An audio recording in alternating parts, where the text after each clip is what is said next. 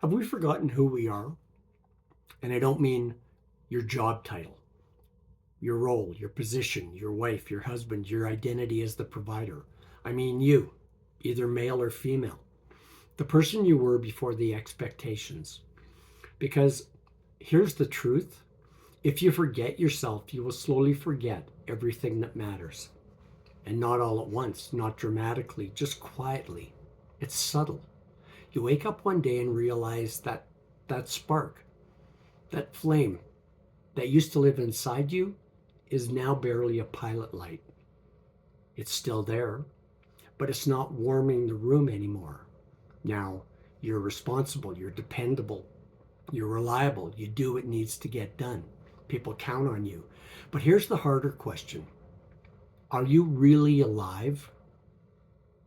Where did that spark go? Remember when you felt conviction, curiosity, when ideas excited you, when you felt life was unfolding? Remember when you were 18, 19, 20, you were stepping right into it? You used to feel things, you used to dream things, you used to start things.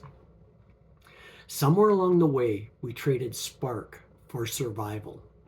Bills, expectations, deadlines, approval, reputation, keeping the peace, and then, the screen.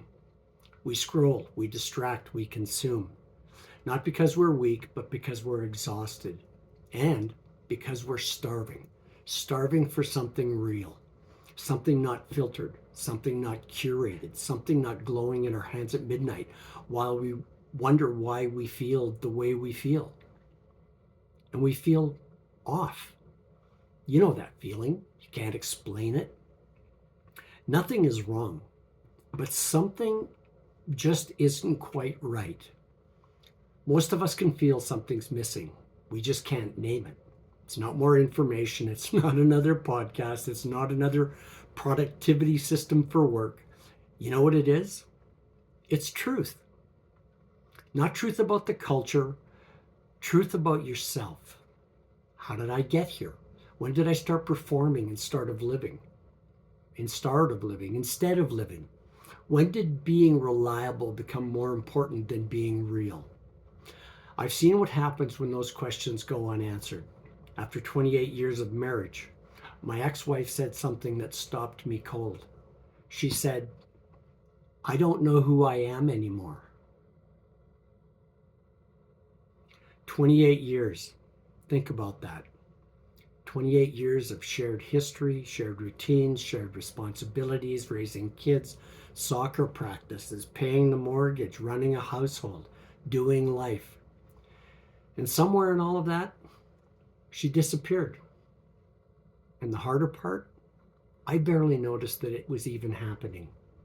And not because I didn't care, but because we were busy living life, busy being responsible, busy being adults.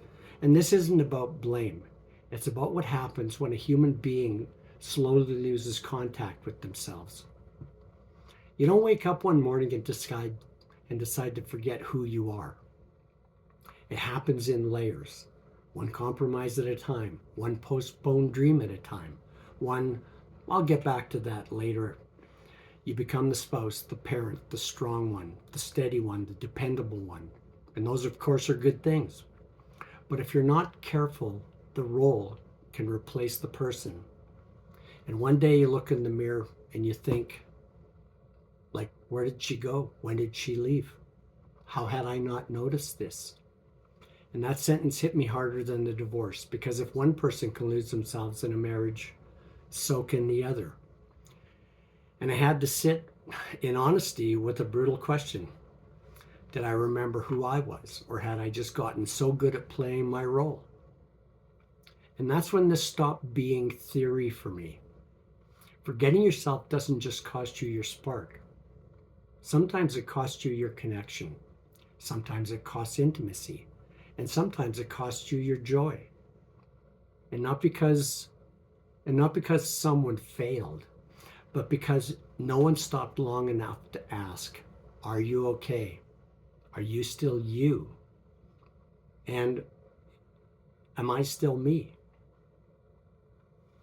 If you forget who you are, you start chasing things that were never meant for you.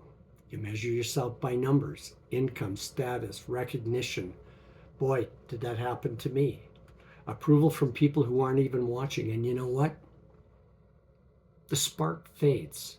And not because it died, but because you stopped listening to it. You stopped protecting it, stopped nurturing it. You stopped feeding it. But what's really cool is the spark is still there.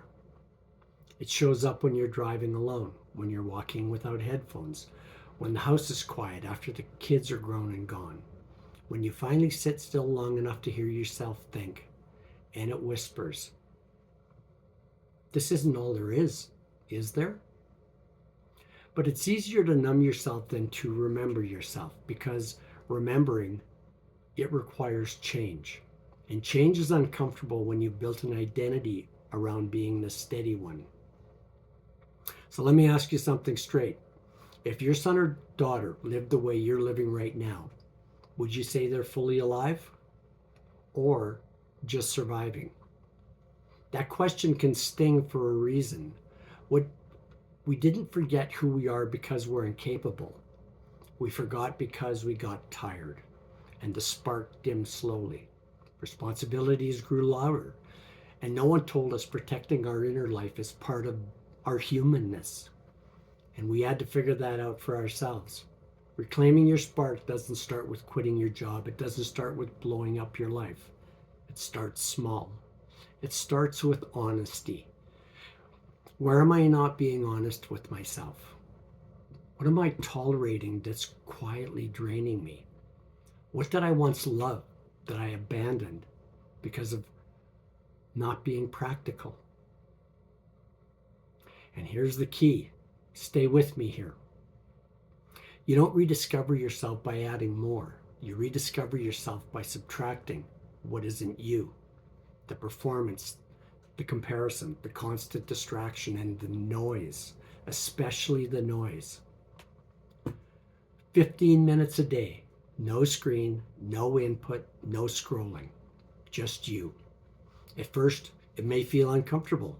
You may feel restless, maybe even a little bored, and that's okay.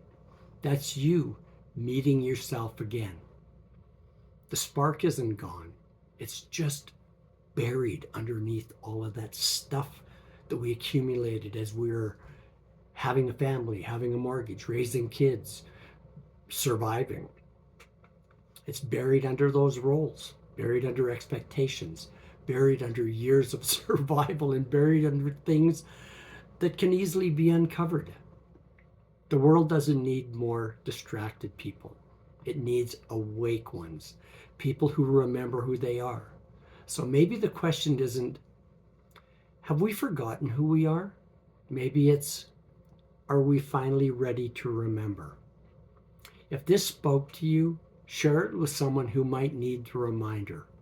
And thank you for tuning into my channel. Please like and subscribe if you like the content. Have a great day or week or month. Take care.